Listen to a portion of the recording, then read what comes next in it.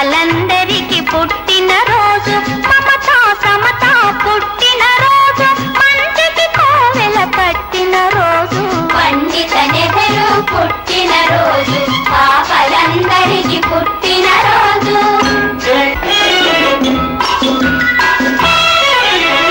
ముత్యంలాంటి మోతీలాలుకు రత్నంలా జన్మించాడు, జాతి రత్నమై వెలిగి ఇంకొక జాతి రత్నమును కన్నాడు.